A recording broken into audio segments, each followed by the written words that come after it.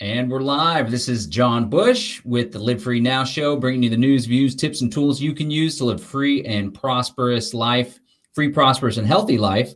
And today we're going to be talking about activism, liberty activism, specifically activism for those folks that are looking to create a free society where human beings are able to live their life according to their own ends, their own values, and not be harmed by other people, not have coercion, institutional coercion, where they're forced to do things against their will by elected and unelected people. And we're going to differentiate two different paths that people can take in order to achieve a free society: political activism, whether it's lobbying, getting people elected, pushing for bills, voting, or agorism, which is not about competing within the system, it's about competing with the system. Agorism is revolutionary market anarchism, and it was first iterated by Samuel Edward Konkin III in the New Libertarian Manifesto. So we're going to talk about all those things. I got a studio that I'm working on building out, just put up some soundproofing. I got this curtain here behind me for the viewing audience. So let me know how it sounds. Let me know how things look there in the comments. We are going to be taking your comments and questions as we go as well. I want to invite you to subscribe to the podcast. There in the show notes, you can see we're on Stitcher, Google Podcasts, iTunes, all that good stuff. And then I'd also invite you to follow me on social media, especially the alternative social media accounts.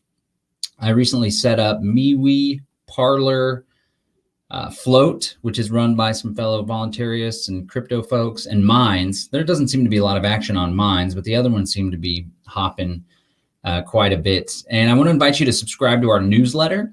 So get this, we haven't been able to broadcast on this channel, the Conscious Resistance Network. It's one of the channels we're live streaming to for over a week because some of our friends in India, they're publishing some content about masks, and they're freedom activists in India, and their stuff was going really viral, and we got a ding on the YouTube channel because it goes against World Health Organization guidelines. So I want to strongly encourage you to follow me on those alternative social media channels, to subscribe to the newsletter and check us out. So, and again, this is going to be posted as a podcast as well, the livefreenow.show. You can subscribe to the podcast if you prefer the audio version, or of course, we'll always be rocking and rolling here on the video. Quick note from our sponsor, Brave Botanicals. It's kratom and CBD. Kratom is a member of the coffee family, helps people with stress, anxiety, relaxation, energy, focus, motivation, patience, helps people to overcome addiction. You can get a free ounce by going to freeounceofkratom.com, freeounceofkratom.com. Just pay $5 shipping and handling, and we'll send you a free ounce. If you're tuned in through the Conscious Resistance Network, go to bros.freeounceofkratom.com, bros with a Z, bros.freeounceofkratom.com, and the Conscious Resistance Network will get a little piece of the action. All right, we're going to be doing some videos later, so I'm going to be putting these headphones on, but for now, I'm going to take them off. So the topic at hand today is, what is the best means of achieving a free society?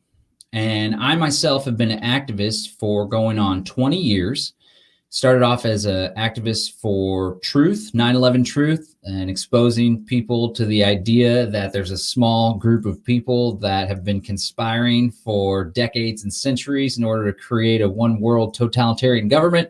Spreading that word, I learned about the U.S. Constitution and the Bill of Rights and began to have an affinity for those things. I got involved in some American Civil Liberties Union activism back in college, fought against Proposition 2, which banned gay marriage and civil unions back in the day, fought against that.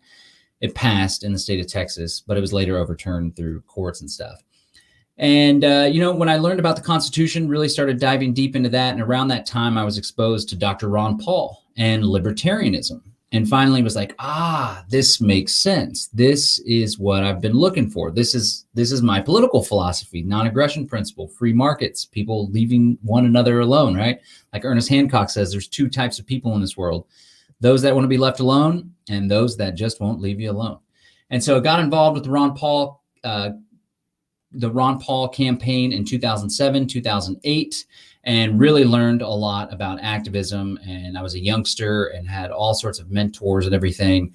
And that was great. And around that same time, I also started to learn about agorism and anarcho-capitalism and anarchism. Was exposed to Murray Rothbard. And so shortly after the Ron Paul campaign, we created a political action committee called Texans for Accountable Government. And we had a whole lot of what I would say were legislative victories, but in reality, they didn't actually reduce the size and scope of government. And that's something that we're really going to hammer on. So we started this political action committee. It's still around to this day, but I started to realize that we put in a whole lot of work and a whole lot of hours and a whole lot of dedication and focus. And what seemed like a victory, like one step forward, in reality was slowing the growth of government. So rather than taking steps forward towards more freedom and reducing the size and scope of government as it exists, really we were just slowing its growth. So even when we took like a couple steps forward in that time, there was like 5 or 6 steps backwards.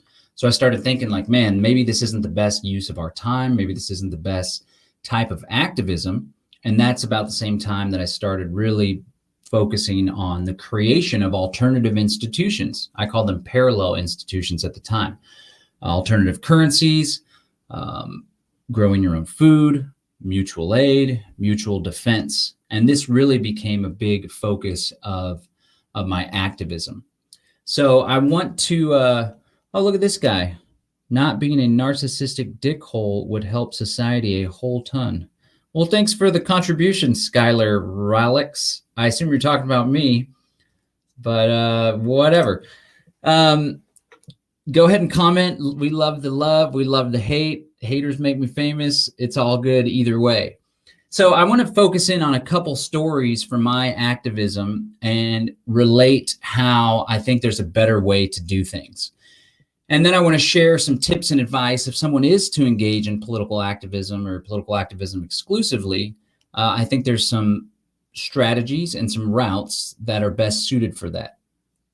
At the end of the day, however, I do believe that if you are to only, or if we as a movement, as a broader liberty movement, are to only engage in liberty activism, in political activism, then we are doing ourselves a great disservice, because most political activism is reactionary in nature, in that people get involved to either roll back existing state institutions, which is reacting to the government overreach that's already there, or people get involved in stopping greater overreach, which is, again, reacting.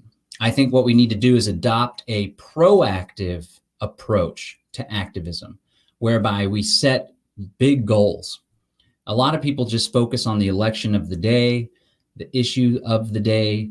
They are steered, even though people, want to be all awake and woke, really they're still steered by the politics of the day or the issues of the day, whether it's COVID-19 activism or BLM or whatever. And so if we really want to make change, we have to switch from a reactionary paradigm to that of a proactive paradigm, whereby we are charting our own course. We want to have little pockets of free societies. We want to have a network of intentional communities. We want to have 100,000 people that are all working together for mutual aid, that are trading with one another, that are supporting one another, that are defending one another. And we're going to proactively take steps to achieve that. If you were involved in the Ron Paul campaign in 2012 or 2007, 2008, it was the Ron Paul revolution. And there's all this talk about revolution and a political revolution, right? Well, if you look at the root word of revolution, it's revolve, which is going around in circles. And I had this insight: if we are going to push for revolution, then it's only a matter of time before we're going to end up where we were in the first place, right? So even if libertarians take over positions of power, as Lord Acton said, power corrupts, absolute power corrupts absolutely. So it's like, all right, we took over Congress or the state government or whatever. Now we're in power. It's only a matter of time before that power is going to corrupt and we're going to go right back to the tyranny. And that's what the cycle of revolutions tends to be, even a political revolution as a tactic, right? Whereby one group of people overthrows the existing group of people and takes that position of power. What tends to happen, and this even happened in the American experience, is that the people that overthrew the existing tyrants, they then become the tyrants themselves. And this has happened all throughout history. And so back to why agorism, or revolutionary market anarchism, or creating alternative institutions that are based on mutually beneficial voluntary association, not top-down hierarchical state coercive power, by creating a new institution, we can adopt this new institution, abandon the coercive state altogether. Now, in a practical sense, I don't know that we libertarians or voluntarists will ever be able to rid ourselves of the state in its entirety. There are a significant number of people, perhaps the majority of people, although usually it's the majority that aren't even participating, but the majority of people, they don't want the total freedom and responsibility that comes with the free society. And so I've learned to kind of respect that, or to honor that, or to say, you know what, if you guys want to do government, if you want to elect people that rule over you and make important decisions for you, then you guys can do that over there. What we want to do is try to create our own institution, our own means of social organization, and experiment with that over here. Where there's overlap, where there's conflict between the two parties, we'll have to figure out what that looks like, right? Maybe we still pay the gasoline tax when we drive on the roads. Maybe we still pay the national park entry fee to use the park for its beautification or whatever, but we don't want to pay for income tax. We don't want to pay for health and human services, etc. So the point is, with revolution, with political activism, it's just going in a reactionary paradigm of circles. If we genuinely want to see freedom in our lifetimes, or at least in the lifetimes of our children or our grandchildren, right? We need to adopt this bigger view, a generational approach, not just the election of the day. Then we need to create the alternative that can one day hopefully replace the state as a means of organizing society. It's through agorism that we can do that. So let me hit up some of your comments real quick, and then I'm going to hop over and share a couple stories of political activism where, even though we had what appeared as a victory, in reality, it wasn't a victory at all. And I would describe, effective liberty activism is reducing the size and scope of the state, of government interference in people's lives, and creating more freedom. I'm also going to talk about the Libertarian Party. I should have mentioned that in the introduction. I want to hop into Libertarian Party and that kind of activism. Brave botanicals kratom. Don't leave home without it. All right, let me hit some of your comments. There's a lot of comments coming through. Hopefully there's some friendly ones too. Growing your own food, protection, all the good things without currency. Why don't squirrels pay rent or send their young to school? Money is the greatest mousetrap ever invented. How does all the other species, including life itself, without money? There's a lot of people that are critical of money. Me personally, I like money, and I want to attract as much money to me as possible. Money is simply a medium of exchange. Humans are a little more complex animals than squirrels and other life forms, and we have technology and certain wants and needs and stuff, but we can save that for another one. All right, yeah, we'll get to the comments later. Let me go ahead and rock and roll on my points I want to make here. Okay, so let me take you with me on how I began to kind of realize, like, whoa, maybe political activism isn't the best approach. One of the very first bits of local activism that we did back in 2009 was pushing back on the Austin Police Department. They were going to be taking federal money from the National Highway Traffic Safety Administration in order to train police officers as phlebotomists for DWI stops. What that means is the police officers want to be trained. They pull you over, and at first on the table was roadside blood withdrawals. The police officers would be the one to administer the blood withdrawal. So we hear this and we're like, oh man, this is no good. So what we did, and this is what I believe is a good form of political activism. If you are to engage in political activism, there's some tactics that you can utilize. And one of them is political theater and street theater. So we hear that the police are going to be trained as phlebotomists. And what do? Well, we decide to dress up as vampire cops. So let me show you just a little bit of what was going on in the news at the time. And let me know if you can hear this there in the comments. You should be able to hear this. Here we go. not if Austin City Council member Bill Spellman. Could Austin police officers one day be taking your blood? Not if Austin City Council member Bill Spellman has anything to do with it. We're putting both the police officer and the suspect in a dangerous situation. Spellman and his staff are working on putting together an ordinance that would essentially ban officers from taking blood. Drawing blood, I think, is like fixing a carburetor. If you do it all the time, you're pretty good at it. But if you only do it every once in a while, you're not so good at it. And what we really ought to be doing when we're drawing blood from people is making sure that that blood is drawn by somebody who is a licensed professional. Since starting blood draws, APD has used phlebotomists at the Travis County Jail and hospital staff to collect the blood, but that didn't last long. All right, so that's just setting the stage there. The police wanted to do that. We actually ended up working with this Councilmember Bill Spellman, and we wanted to have a resolution passed that would ban police officers from doing blood withdrawals, right? Cops are always, and government's always banning everything that humans want to do. So we're like, hey, why don't we ban something that the police are going to do? So in order to get some nice media attention, we dressed up like dozens of suspected drunk, like vampire cops. It was pretty good activism. And we went on Halloween and we dressed up like vampire cops and we did this cool protest. Check this out. drivers had no choice but to give Austin police a blood sample, part of their no refusal weekend.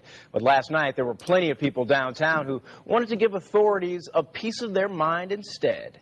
Hey, hey, oh, oh, no blood for Acevedo! Dressed up in costume and marching across the Ann Richards Bridge Saturday night, Texans for Accountable Government is calling for an end to no refusal weekends. Executive Director John Bush, in his costume as a vampire, says taking people's blood when they've refused will end up costing the city. So we think that no refusal weekends fly in the face of this transportation code, section 724013, and we think that the city's just setting themselves up for legal action, unfortunately. Sunday morning at 5, APD wrapped up another no refusal weekend. In all, 46 people were arrested and charged with driving while intoxicated. 30 of those people were forced by search warrant to give up blood. So they started doing these no refusal weekends where if you refused to do a blood withdrawal, then they would get a court order. It was like totally expedited and rushed through, and they would take your blood anyway. And they were wanting to couple this with the blood withdrawals by the cops. And I want to point out one thing that we didn't just say, hey, you can't do that, but we said, hey, there's better ways to solve this DWI problem. So we wanted to offer solutions to the problem, not just say government shouldn't do that. And I think that's an important thing for political activists out there. Yes, we want to rail against and put a stop to overreaching government, expansion of government, but at the same time, not only is it something that we ought to do to benefit society in general, but it helps create a backstop. It helps to create more strength for your position. So Mothers Against Drunk Driving is like, we got to pass this bill. We got to have checkpoints for DWIs. We want to see the police department get trained to do phlebotomies because we're concerned about DWIs. But we're like, hold on, what if there's another way? We would call it community solutions. Community, not coercion, is one of the taglines we would use. What if there's another way to do things? And so we teamed up with this group called Square Patrol that was doing some cool stuff. Check it out. After they initially refused either breath or blood alcohol tests. One of those drivers charged with DWI Saturday night, 21-year-old Javier Barone. He lost control of his car near 35th and Crawford and crashed into the Alexia Gavella bridal shop. He then took off on foot, but was found across the street at the Randalls. Barone is the kind of driver APD sought to keep off the roads when they announced they'd be having a no-refusal weekend on Friday. Some police officers, or Chief Acevedo, will say this is working because they've had an increase in prosecutions, an increase in arrests. Well, as we said before, what we're trying to do is reduce harm. That's what everybody's trying to do. That's why we have DWI laws. And again, we feel that the best way to reduce harm is to keep drunk drivers from getting behind the wheel in the first place. I don't think it's necessary. I think that it's overkill, and I think it's a violation. Blood draw protesters like Sean Fernando with the group Square Patrol says he respects that police work to keep the streets safe. His organization provides drivers to get the person who's drunk and their car home. But he says a police officer shouldn't have the right to take a person's blood against his or Man, that was some good activism there. So as you can see, not only did we protest the police blood withdrawals, but we also provided an opportunity, a solution. So we could be like, we don't have to do that because we could do this instead. And we worked with this group called Square Patrol, where they drive to your car in this little scooter, and then they put the scooter in your trunk and drive you and your car home. Really cool idea. And as you can see, that was actually some really friendly media coverage. If you are to do political activism or even agorism and you want to put a spotlight on it, which isn't always good, you definitely want to build a relationship with the media. You want to have a Rolodex of contacts. You want to put out press releases. You want to be their little darling that helps them with some good, solid stories. And if you can develop a relationship, oftentimes the media will simply just regurgitate whatever it is that you have on your press release oftentimes. And if you can develop some friendlies, like we didn't watch that entire story, but that story was very friendly to our position. And we've had some other instances where we had great coverage in the media. So, but here's the deal. Let me finish the story of what happened. So we, for like a year or so, we did the protest twice on the blood withdrawals. We worked and worked and worked. We provided alternatives. We worked with Councilmember Bill Spellman to draft this resolution. The resolution came up for a vote to ban police officers from being trained to do phlebotomies. At the 11th hour, the City of Austin Legal Department comes in and says, we cannot pass this bill, this resolution. This resolution is against state law. They pull up this obscure piece of state law that says law enforcement shall use all lawful means to carry out their duties. And so the stupid city department, I guess it was smart on their behalf because they didn't want to have this resolution passed. They said, we can't take away this means of law enforcement because it's legal. We can't take it away from the police officers because they should use all lawful means. And to take away this lawful mean would be against this state law. But in reality, and this was like at the 11th hour, we didn't even have time to respond to it. And the council member that was helping us, he wasn't so passionate about it that he just wanted to take it up again. Really what that law meant is that law enforcement shall use only lawful means. All lawful means, every means of carrying out their duties that law enforcement utilizes shall be lawful. All lawful means, not unlawful means, right? Like illegal wiretaps or whatever.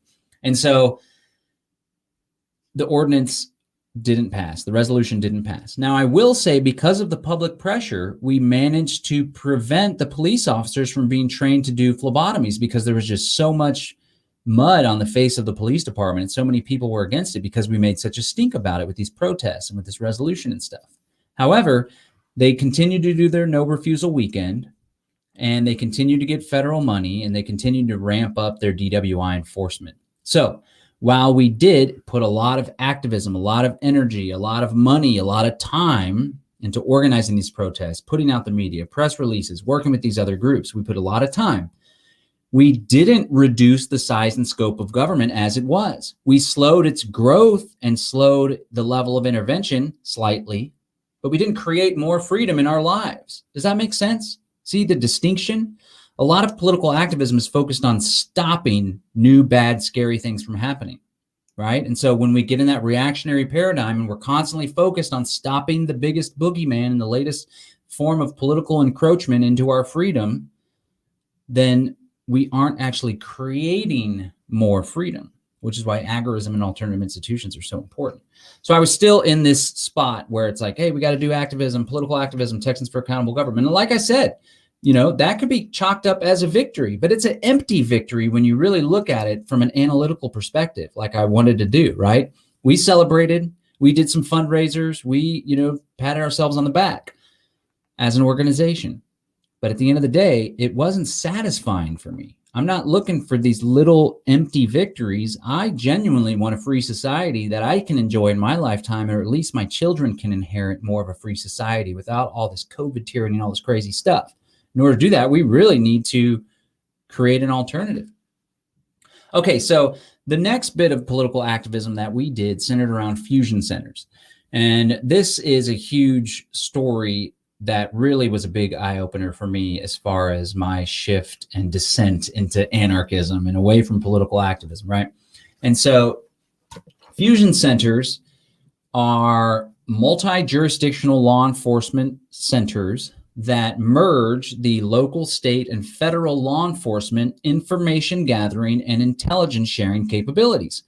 And if you follow this channel, or if you've been watching on my videos, you may be familiar with fusion centers, because recently it was discovered, thanks to the Blue Leaks hacks from Anonymous, that a fusion center report was filed on myself. Derek Bros was mentioned, as were Freedom Cells, if you're fans of the Freedom Cell Network, which we'll talk about later, because I put a Facebook post and it said, what if instead of filming the police, we stopped and intervened and threw them out of our communities? That's what Freedom Cells are all about. Come to this meeting at Brave New Books. And because of that, this bully cop that I had a run-in with that arrested me, he put a report, a threat liaison officer report, into the fusion center, right? So this was in 2016. I'd already been doing activism against fusion centers since 2009. This is actually how I met my ex-wife, the mother of my 2 kiddos. She was doing fusion center activism in Kansas City, Missouri. I was doing it in Austin, Texas. So one of the things we did is we traveled all around the country, visiting over half a dozen fusion centers. We created this little movement called Operation Defuse, and we exposed the fusion centers. We did open records requests. We visited them with open records requests while filming. We put on activist trainings, knowing your rights, how to engage in privacy and security, operational security, how to do these open records requests, and just encouraging people to be aware of the fusion centers, because people weren't aware of them back then. We even got covered on Jesse Ventura's conspiracy theory show, which was pretty cool, on a police state episode, which later would get scrubbed from people's DVR boxes, an early version of the big tech censorship that we see taking place right now. Well, we come back, and the way that I found out about fusion centers, to bring it back to Austin and the activism story, is Chief Art Acevedo, who's now the chief in Houston, Texas, where Derek Bros is from. He was doing this interview trying to stump and encourage, drum up support for federal funds from the Department of Homeland Security to get this fusion center system. And he described this fusion center system where we can have cameras on the streets that can film and know when there's a crowd of people gathering that are doing things they shouldn't do. And I was like, wait a second, this doesn't sound good. Along that, a little bit before that, I was studying the Total Information Awareness Program, which, if you're like a conspiracy researcher or liberty activist, you're not aware of this stuff, you got to check it out. The Total Information Awareness Program was underneath DARPA, the Defense Advanced Research Project Agency of the Department of Defense, where they do all sorts of conspiratorial, high-tech, Illuminati kind of stuff. And it was run by this guy named John Poindexter, who, interestingly enough, was, I believe, convicted of a felony due to his involvement with the Iran-Contra stuff. I believe John Poindexter, that happened with this guy. And he's the one that ran Total Information Awareness. And one of the technologies that Total Information Awareness were working on, some of them were the ability to take in audio, like from a phone call, for example, to digitally transcribe it, then to run that transcription through complex algorithms looking for keywords and analyze all that stuff. So that's pretty big. They were also working on facial recognition technology as well. So this Total Information Awareness Project, which has an Illuminati all-seeing eye. Let me see if we can pull that up real quick. Total Information Awareness. Yeah, this is it. This is some crazy stuff. This is like what fusion centers were doing. This is a lot of the stuff that we see. This is their little logo here. This isn't officially from them, but this is their logo. Look at that. See the all-seeing eye? And then it has a spotlight on Earth. Isn't that nuts? They do it biometric stuff. All sorts of crazy stuff was coming out of this stuff. And then we see a lot of the technology is very similar to PRISM and the stuff that Edward Snowden leaked out of the NSA. Automated virtual data repositories, face fingerprints, transactional data, education, financial, travel, country entry. Total information awareness of transnational threats requires keeping track of individuals and understanding how they fit into models. Okay, so I'd been studying this stuff, and then all of a sudden I hear our police chief talk about having this center, this fusion center that fuses this information together. And I was like, whoa, this isn't good. Then I start researching fusion centers. Also along this time, the Missouri Information Analysis Center My ex-wife, Catherine Bonadine now, she remarried. She blew the lid on this MIAC report, Missouri Information Analysis Center. It was actually shared with Alex Jones, and it was called the Modern Militia Movement. And it was this report out of the Fusion Center that said Ron Paul supporters and people that have third-party bumper stickers could be potential violent militia members, right? And so she and her organization got them to retract that. They had put on all these hearings across the state dealing with the Fusion Center. And so I hear the chief of police talk about it. I see this Modern Militia Movement document come out. I'm a Ron Paul supporter. What's going on? Start researching it. Go on this tour with Catherine all across the country.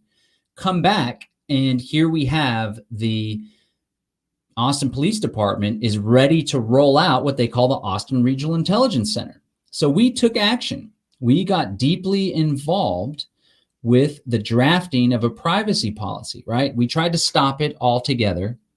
That was not successful. The city of Austin's getting federal money. They want to roll through this. They don't have to deal with their budget. That's another thing for political activists to be aware of. Oftentimes, the federal government circumvents the state budgetary agencies or local budgets altogether by offering up millions of dollars. They steal your money through taxes.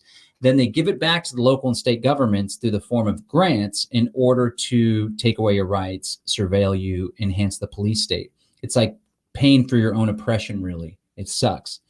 And so the federal money was there. They were rolling it forward. One of the things that we realized through open records requests is that the grant application originally, they wanted the Fusion Center to engage in epidemiological review, which now everyone knows what epidemiology is with the COVID stuff like that. That's like the study of viruses and disease outbreaks, right? So they wanted this law enforcement intelligence center funded by the Department of Homeland Security to engage in epidemiological review. And there was also a component where the Fusion Center would assist in mass prophylaxis. That means vaccination, mass vaccination. We managed to get that cut out of there. So again, I want to point out through our political activism, we managed to shine a spotlight on something and slow that dramatic growth of tyranny, right? And so we worked together with the city councilwoman, Laura Morrison. We did press releases, we did events, we put out videos, and we worked to draft this privacy policy. Let me just show a little clip from what was going on there so you guys can see some of the work that we were doing, the political activism we were doing, nitty gritty stuff, man. In August, the Austin City Council approved using a federal grant to run the so-called Fusion Center, which will allow 10 local law enforcement agencies to share crime information. And despite loud protests from civil liberties groups about privacy concerns, the center is moving forward. Shannon Wolfson is live tonight with new developments in this. Shannon.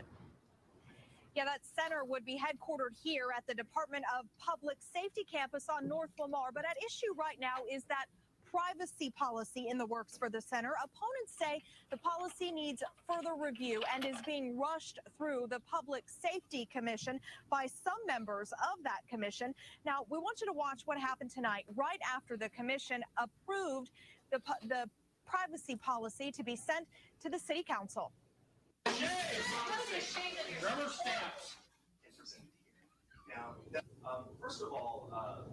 Now, critics of the Fusion Center, named the Austin Regional Intelligence Center, are concerned that the sharing of information by law enforcement could lead to personal profiling and unwarranted surveillance. But law enforcement agencies in Travis, Hayes, and Williamson counties say the goal of the center is to fight organized crime. Okay, so yeah, the goal of the center is to fight organized crime. So we managed to have included at the end of the day, at the 11th hour, we had a city councilwoman, Laura Morrison, work with us. And we managed to have included in this privacy policy language that says the Fusion Center shall not collect information or share intelligence of non-criminal information, right? So it's supposed to be this crime intelligence center, like Minority Report, essentially. But it should not collect non-criminal information of a political, religious, or social view, right? So it's like, okay, you guys want to use it to fight organized crime, and when someone robs a bank in San Marcos, which is south of Austin, you get a partial plate. You want to send that information to the city of Austin so they can be on the lookout for this car with the last 3 numbers on the plate or whatever. Okay, whatever. That's your prerogative. That's law enforcement activity. But we knew because of the MIAC report and because what we'd seen from the Department of Homeland Security, which back in the day was like right-wing extremists, Department of Homeland Security, insurgency and stuff. We knew what they were doing in addition to all that stuff. And so we wanted to stop them from spying on political activists. So we had that language included at the 11th hour at the city council meeting. The councilwoman pulled us aside. We wrote down the language, we drafted it, and we had it passed as the privacy policy. We also forced them to include this privacy policy advisory committee, which would have a community advocate. But we knew that because this stuff was unenforceable, there's another tip for political activists. If you pass some sort of measure, some sort of mechanism in order to hold government accountable, make sure that it has teeth. Make sure that it's enforceable, that you're able to hold the government accountable. And we knew that this was weak. There's no way to double check. Even the community advocate on the Privacy Policy Advisory Committee wasn't really going to have much power to go look into things. And then sure enough, the Occupy Austin movement sprung up a few years later. Remember the Occupy movement, for those of you that have been involved for a while? And it was revealed that the Fusion Center was keeping tabs on Occupy Austin activists, non-criminal political information. Later, because of the Blue Leaks hack, it was revealed that they were keeping tabs on me, non-criminal political information. And there's a whole slew of political activism and BLM and all sorts of stuff that the Fusion Center had reports on. So, spent a whole lot of time and energy, a lot of focus, a lot of time, a lot of meetings, press releases, writing, video, traveling the country. And we got this privacy policy passed. A victory. But in reality, the Fusion Center was doing everything that it was prohibited from doing in the first place, which is why the Constitution, right? Everyone's like the Constitution, and they hold it up as some holier than thou document, right? It's just a piece of paper, like George Bush said. It's just a goddamn piece of paper. George Bush said that back in the day. And he was right. It's a piece of paper with words. Government isn't accountable to pieces of paper with words. Government's accountable to people that are able to, muster up some courage and go get in their face, or people that can insulate themselves through strength in number situations. But a little privacy policy rule book doesn't make a difference, nor does the Constitution, which prohibits all sorts of activities that the government's doing. Even old Donald Trump, which all sorts of former liberty people seem to really worship. Now, let me take it a step further. We had that success. Somebody approached me from the Texas Motorcycle Rights Association. Awesome woman. She was great to work with. Well, the Texas Department of Public Safety, the Texas Fusion Center with the DPS, they had been pulling over people that were in motorcycle clubs, some of them like 1%ers, which are kind of criminal organizations, some of them just people that had patches and belonged to motorcycle clubs. They would pull them over and take pictures of their tattoos and their badges and their patches and put it in the Fusion Center database. So this woman reached out to me and she's like, hey, can you help us? We saw that you guys just had this cool victory in the city of Austin. So we went to work drafting a piece of legislation, a bill for the state legislature. This woman had connections with the state legislature, so she already had a lawmaker that was willing to introduce the bill for us. I got to draft the actual bill. So I wrote up a bill, and I made it super duper duper duper duper duper duper strong with all sorts of teeth. And it prevented taking people's pictures. It prevented the facial recognition technology from being entered into Fusion Center. Of course, it had the privacy policy language, non-criminal information, can't store or share non-criminal information of a political, religious, or social view. And so it got introduced as is. It made it through the legislative committee, or there's a committee that actually writes the law out to be put in. And immediately it got watered down, hardcore. But it did have that. It did require, so there's 8 fusion centers in Texas. And ultimately what the bill required was that all 8 fusion centers in Texas have to have this privacy policy language. No collecting non-criminal information of a political, religious, or social view, which of course protected the bikers because that's non-criminal social information. Their tattoos, it's a social club. So guess what? That bill got passed. We testified, we lobbied, we got co-authors, we got people to support and sponsor. It passed. a bill passed that I authored, which was super cool, that would require all 8 fusion centers in the state of Texas have a privacy policy that has information that says no collecting non-criminal information, political, religious, or social view. Well, guess what? Even though the bill passed, nothing ever came of it. By this time, I was spent, burnt out, getting on to other things. I think probably around this time, my ex-wife was pregnant, maybe with our first kiddo, and nothing ever came of it. This law passed, but the fusion centers never obeyed the law. They didn't even care. They may not have even known that it was passed. It literally would have taken me going to every fusion center, putting out a press release, holding a press conference, trying to meet with the fusion center director. I would have had to make a big stink to put a lot of pressure for them to even follow the law. And then even if they said, oh, okay, yeah, we'll include this in the privacy policy, then we would see, who knows if they were actually following it. Just like with the Austin Regional Intelligence Center privacy policy that prohibited the collection of non-criminal information of a political, religious, social view. Sure enough, in 2016, they collected non-criminal information on me, all sorts of other activists. That was exposed to the Blue Leaks. So the point that I'm trying to make is engaging in only political activism far too often is merely slowing down the growth of government and tyranny rather than genuinely creating more freedom, right? So I said it was an empty victory earlier, and someone said, no, it's not. You're exercising your rights. It wasn't an empty victory. You reasserted your rights. And like, I'm hip to that. Yes, we're standing up for our rights, our Fourth Amendment rights, our First Amendment rights. We're standing up, 10th Amendment rights against the government. Right? And it feels good. And we ought to flex our rights, because if you don't flex them like a muscle, they'll atrophy. Right?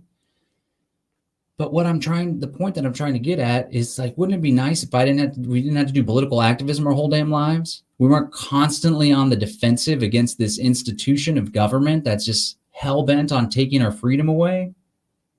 You know, here's another example. This is some good activism. So if you are going to do if you are going to do political activism, then there's some stuff I recommend. So this was, I think, in the 2011 legislative session, a bill was introduced called Senate Bill 9 by this guy named Senator Tommy Williams, State Senator Tommy Williams. This bill, Senate Bill 9, would have allowed the Department of Public Safety to set up southbound checkpoints when you're going down into Mexico, not at the actual Border Patrol checkpoint, but inside Texas on a highway. They would have been able to set up checkpoints where they could stop and do driver's license checks, search for drugs and stuff. It also would have allowed the Department of Public Safety to place a tracking device on your vehicle without a court order, without a warrant. Crazy, crazy tyranny. This is when drug cartel stuff was popping off in Texas. And there was this comprehensive bill called Senate Bill 9 that had all these different reforms and stuff. And some of them are extremely tyrannical and draconian. So what did we do? We dressed up like Nazis. We created this award called the Führer's Favorite Award. And we went to the State House and lobbied in favor of the bill as Nazis, saying, oh, you would make Adolf Hitler very proud for sponsoring this bill. And we visited all of the sponsors of the legislation. We got some great media coverage. It was another example of of political theater. It was super cool. Check it out. But I'm going to make the same point here in a sec, even though this was cool. A group of activists showing up at the Capitol today dressed as Nazis. Yet they claim they were trying to raise awareness of several state Senate bills they say would establish driver's license, insurance, and sobriety checkpoints. Well, this group believes that those bills would infringe on human rights, something they say is more offensive than the swastikas they wore. We understand that people could potentially be offended by a bunch of Texans dressing up as Nazis. However, we feel what's more offensive than us dressing up like Nazis is the fact that there's senators in the great state of Texas that are willing to violate our constitutional right to be free from unreasonable searches and seizures. Well, they were also letting people know that several of those bills are scheduled to be heard Wednesday. Oh, that was good. That was good. That was great activism and a lot of fun. And so what ended up happening is, again, a little victory. The next day, the checkpoint provisions and the provisions to put tracking devices under the car were taken out of there, right? So again, pat yourself on the back. We had a victory. We celebrated, right? We even wrote little fundraising letters, and we were like, hey, look at all the great stuff that we've been doing as an organization. But I'm going to come back to my point. It was a reactionary, defensive posture. We weren't charting our own course. We weren't creating strong, resilient networks of mutual aid, mutual defense, trade networks, whatever. We were reacting to the government's agenda. The government has an agenda to create total control, total information awareness, right? Total police state, total surveillance state on a global level. If we stay in their paradigm, in their story, in their narrative, if we keep on their path, we're constantly going to be reacting to this or that. Same thing with the election of the day. Oh, we got JoJo Jorgensen, the Libertarian Party candidate. Oh, she got 3% or whatever. Oh, we got net 4 years later, let's all rally behind this person. And it's like, man, it's not creating more freedom in our lives. That's why I was asked about the Libertarian Party. It's like, hey, well, what victories has the Libertarian Party had? Whether like the state party or the national party? And always the answer that I get is, well, we maintained ballot access. Well, we fought a bill that would have required higher fees for third-party candidates. Well, we ran candidates in every race. One of them got 15%. These aren't victories for libertarians. This isn't victory. A victory is reducing the size and scope of government interference in our lives. A victory is creating more freedom. A victory isn't maintaining ballot access. That's not political freedom. And here's the problem, another problem with the Libertarian Party, which is a problem in general with political activism, is people have a tendency to water down the radical message of freedom.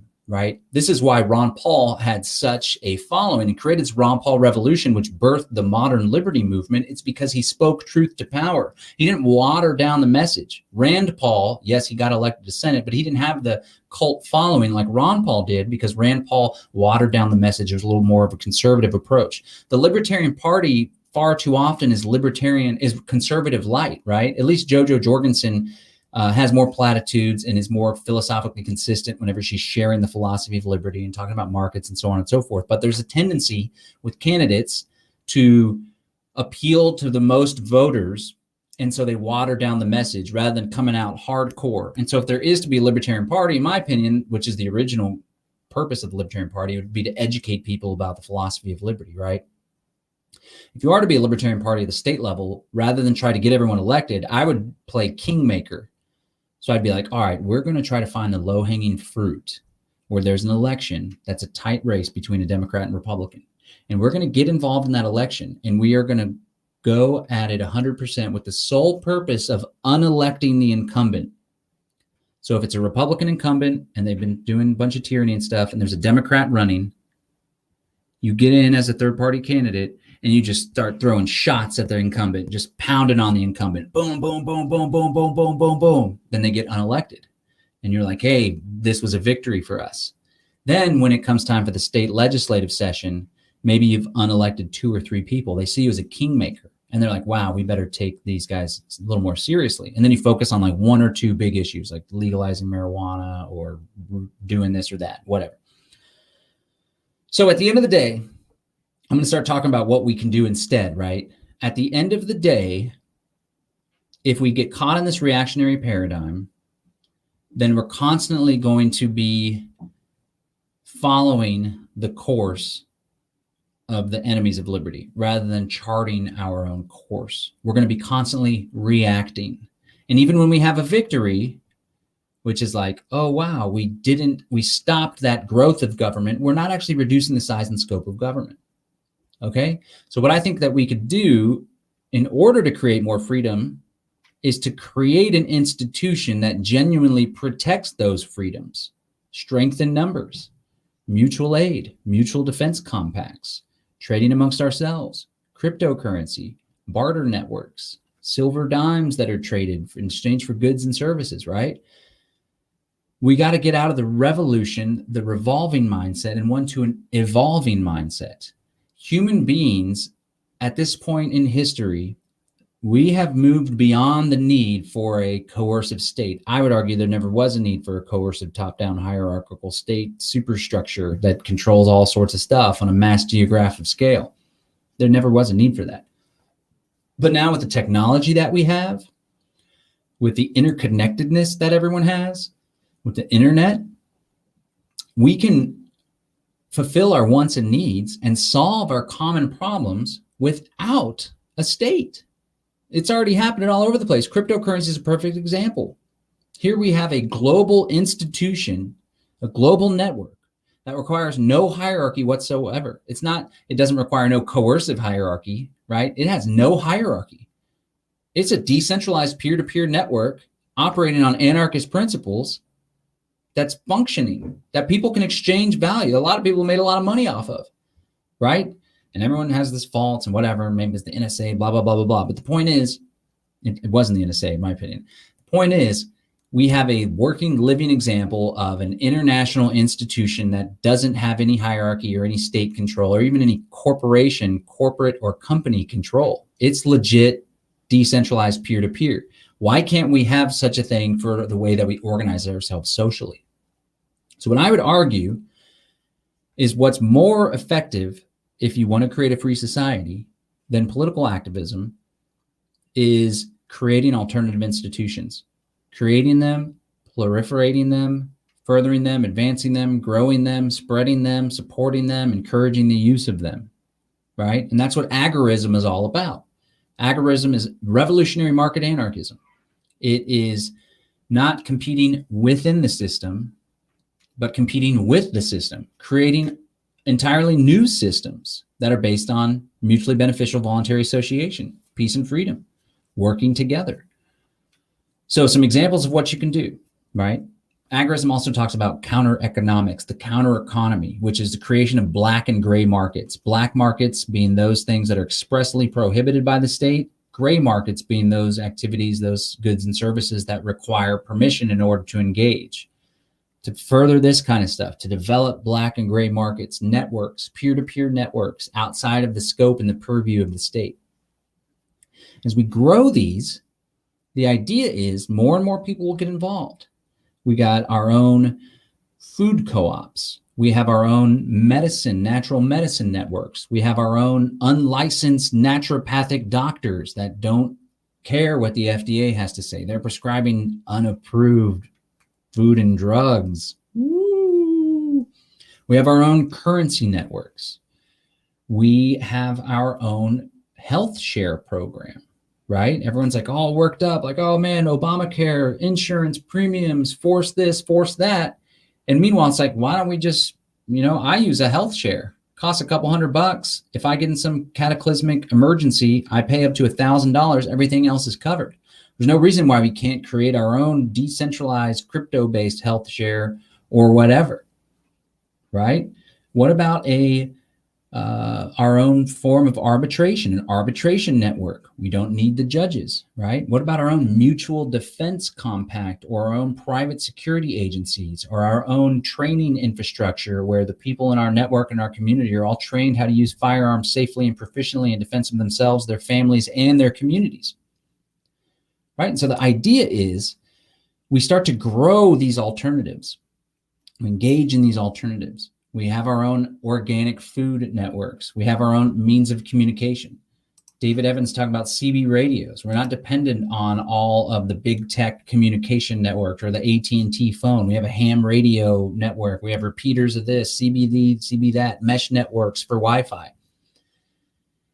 And all the while, we're happy, we're healthy, and we're free, right?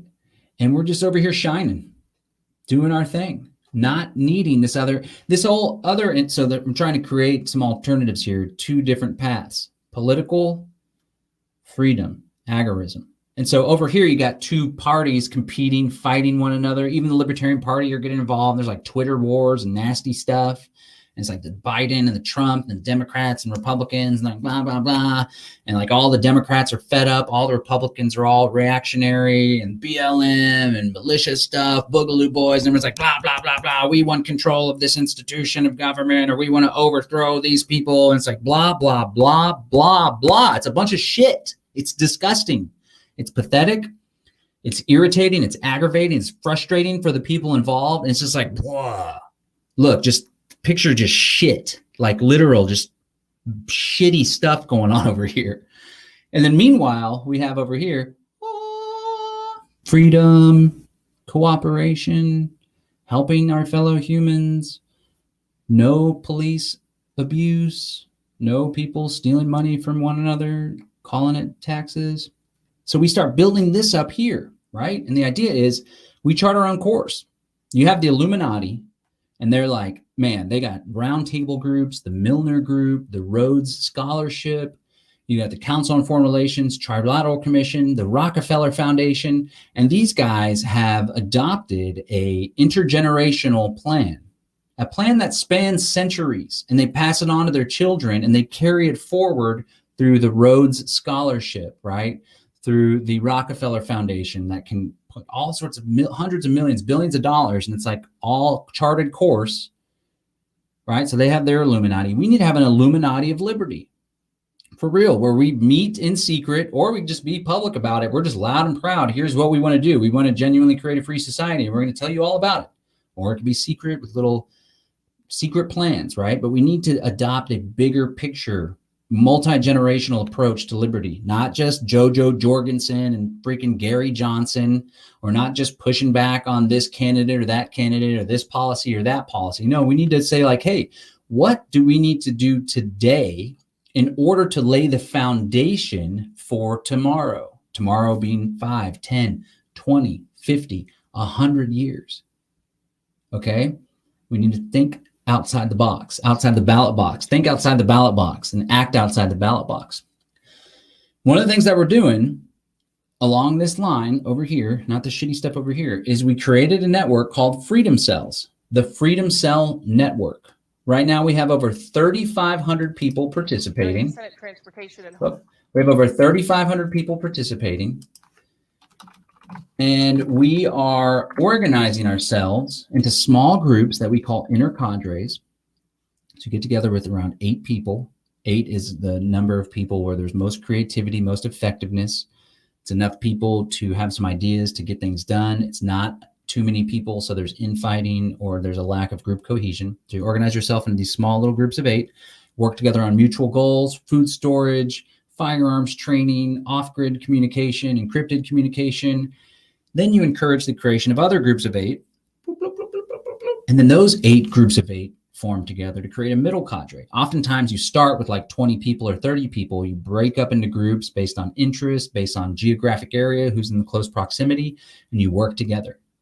That's a middle cadre, around 64 people, 8 groups of 8. Then you link up with other middle cadres. So there's a middle cadre in Dallas-Fort Worth area. There's middle cadre in Austin area. There's middle cadre in Houston area. We all link up to create a meta cadre like the Texas Freedom Cell Network or whatever. So I want to invite you to participate in this network. You can go to freedomcells.org. I should have included the links there, but you can go to freedomcells.org, and you can join us and you can participate. This is what the website looks like. I want to show you what the map's like. And this is what I'm talking about. At the end of the day, we are creating the foundation, creating the infrastructure, creating the social organization necessary to one day replace the state as a means of organizing. We're creating an environment where people don't need the state for defense, for arbitration, for whatever. These are all the participants.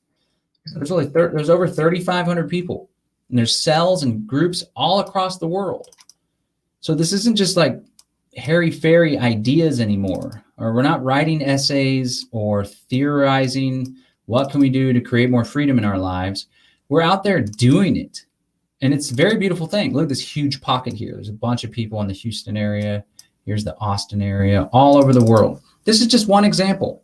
It's just a mutual aid, mutual defense, peace and freedom network that you can get involved with. So I want to make the point, again, to hammer it home. I'm not saying that we shouldn't do any political activism. What I am saying is that if you only do political activism, you're doing yourself and your progeny a disservice.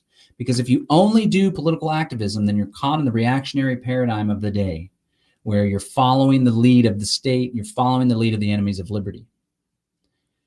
I think what's more important and what has a greater chance of creating the freedom that we all deserve and desire is to create alternative institutions, to engage in agorism, to create local food production networks and trade networks, to encourage people to use cryptocurrencies, to not report it, to keep it away from the government, to use Monero, which is a privacy cryptocurrency, to organize with your friends and do skill shares, to organize defense compacts where you're going to get your buddies back and you guys are all armed, you're all using firearms, to join us in the Freedom Cell network. And like I said, adopt a big picture. Right now we have 3,500 people in the Freedom Cell network. We're only continuing to grow that network. We're continuing to get exposure for it. Fast forward 5 years. Let's say we have 25,000 people in the Freedom Cell network. What if there's 2,500 people in your area that are all on the same page, that all have a means of communication, that all have a decentralized decision-making apparatus mechanism where they can raise money, they can spend money, you can buy property, you can buy bulk food, all sorts of cool stuff. We got to think outside the box, outside the ballot box, and not be caught up on the reaction of the day. All right, I want to invite you again to check out livefreenow.show. That's my podcast channel. I want you to join me and subscribe to the podcast on iTunes, Stitcher, Google, all of those things. Follow me on the alternative social networks, Zuckerberg and Facebook, Censor Book, Fed Book, FBI Book, whatever you want to call it. They aren't welcoming to these ideas. So these ideas are flourishing on other networks like Parler, MeWe, Float.app is one of the best ones. It's made by crypto voluntarist folks. There's a whole lot of liberty activists over there. I want you to encourage you to join our newsletter as well so we can keep in touch with you. I'm going to hit some of these comments. There's quite a few of them. I want to thank everyone for tuning in and joining us in this conversation. So things are going great, and I feel optimistic about liberty. All right, here Robert Bennett says, the revolution is an inside job, inner engineering. The external world is a manifestation of human consciousness and the lack thereof. Okay, yeah, I mean, our thoughts create our reality. I very largely think that different people have different perspectives on the very same phenomenon, the physical world, and that can shape the way that they view the world and in fact shape their world and their reality in general. And so I would encourage people today, everyone's focused on the enemy of liberty, the tyranny, the COVID, the mask mandate, so on and so forth. What we need to focus on is the beauty in the world and the freedom that we still have in this world and the freedom that we're getting in this world, and go hang out, defy, engage in non-cooperation, live your life as a free person. You're going to feel a lot more free than if you're just sitting behind the computer, going to Infowars.com every day, banging on all the tyranny stuff. So, yeah, government has to serve the real needs of people, including liberty and freedom. There's a lot of people that think the purpose of government is to protect life, liberty, and property, when in reality, government has never been about that. Government, from its very foundation, has been about controlling people, has been about one small group of people furthering their position of power at the expense of everyone else. Murray Rothbard talks about the genesis of government, when like the roving marauders and Vikings and the people would go in and they'd rape and pillage and steal everything. And then all of a sudden they realized, why don't we just stick around and control these people and tax them so we don't have to do so much work? That's what government's all about. Even in the United States of America, in this unique American experience, it was that corporation, the British East India Company, and these corporations, chartered from the corporate crown that came over. They immediately established massive geographic monopolies, the governors, and they all had like indentured servants and slaves. They immediately started taxing and controlling people. And then even after the 1789 Constitution was signed, you had George Washington, at the behest of Alexander Hamilton, call up the militia to suppress the insurrection that was the Whiskey Rebellion in the Appalachian Mountains. It's never been about freedom. It's never been about protecting life, liberty, and property. The institution of government is about ruling over people. The word govern means to rule over. So if that's what people want, if they want to be ruled, then by all means, whatever, just leave me the hell alone and leave me and my people the hell alone. Education helps prevent the wealthy religious political elite or slave caste society. Education's good. Everyone stay smart, stay educated, follow everything, think outside the box. There's been a debate about money going on the whole time here. I guess I should do a whole show on it. Money. Everything humans can do with money can be done without, obviously. The law is for the flows of money, which no community has control over. Money is the instructor, having no conscience. Money or life is the choice. That's it. Well, I have life and money right now. I mean, money. So the Federal Reserve note is different than just money in general, right? The Federal Reserve note is a fiat currency that empowers the U.S. police state in the foreign wars of aggression, the empire, right? Central banks create money out of thin air. That Federal Reserve note is then used for all sorts of entitlement programs, all sorts of war, police, not good stuff. But money as a medium of exchange is simply a intermediary when there isn't a matchup between goods and services. So of course you can always barter. Hey, I got these 12 widgets. I'd like to trade for your gallon of milk. I know that you milk cows. And it's like, oh, great. Well, actually, I think this gallon of milk is probably worth about 14 widgets. So let's trade. And they're like, okay, I have an extra couple widgets. Let's trade. Bloop. But not everyone always has a match between what they have to offer and what it is that they want.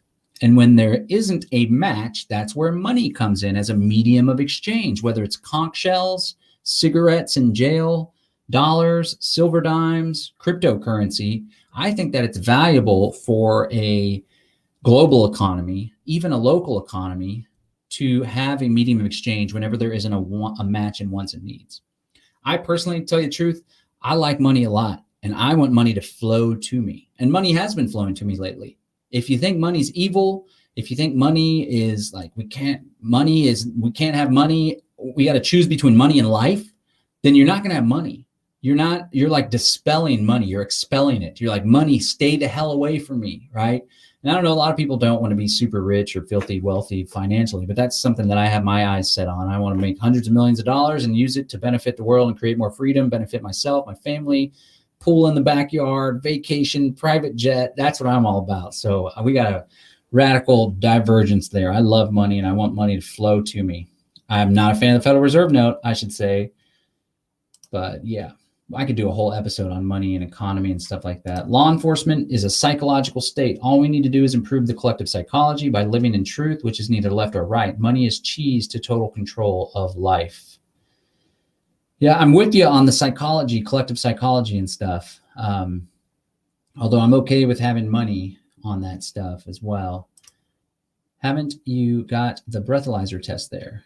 Yeah, so earlier I was talking about the vampire cops. They have a breathalyzer, but you can legally refuse the breathalyzer. And what they wanted to say was if you refuse the breathalyzer, then you're required to do a blood withdrawal. And that's no good. So, all right. I want to thank everyone for tuning in. If anyone's watching, they got any feedback for me on the new studio setup, I got to just put this in today. It's still kind of wrinkled. I don't know how well you can see it. I might need to upgrade my lights going on in here.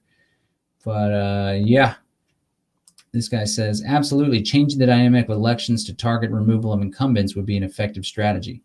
Yep, I was talking about Libertarian Party rather than just trying to run candidates and think that they have a great victory because they maintain ballot access. You could be the kingmaker where you go unelect people. You get people thrown out of power. And then whenever you come in to lobby in the next legislative session, then you have more power and they take you a little bit more seriously than before. Okay, ladies and gentlemen, thank you so much for tuning in to the Live Free Now show. As always, bringing you the news, views, tips, and tools you can use to live a free, prosperous, and healthy life. I strongly encourage you to visit our sponsor, freeounceofkratom.com. I've been sipping on it here during the show. Helps with stress, anxiety, relaxation. A lot of people take it instead of prescription pain medicine. People take it instead of Adderall. There's green, red, and white varieties. You can learn about it at freeounceofkratom.com, freeounceofkratom.com. And I want to encourage you, if you are following us on the Conscious Resistance, you can go to bros.freeounceofkratom.com, bros.freeounceofkratom.com. So Derek Bros and the Conscious Resistance, will get a piece of the action. We can support the wonderful activism and journalism going on there. And then follow me on the different alternative media networks. Subscribe to my personal YouTube channel. Subscribe to the podcast if you like podcasts. We'll be releasing this probably tomorrow in podcast form. John Bush, peace and freedom. Thanks for tuning in. I'm out. Go Agorism. Yeah.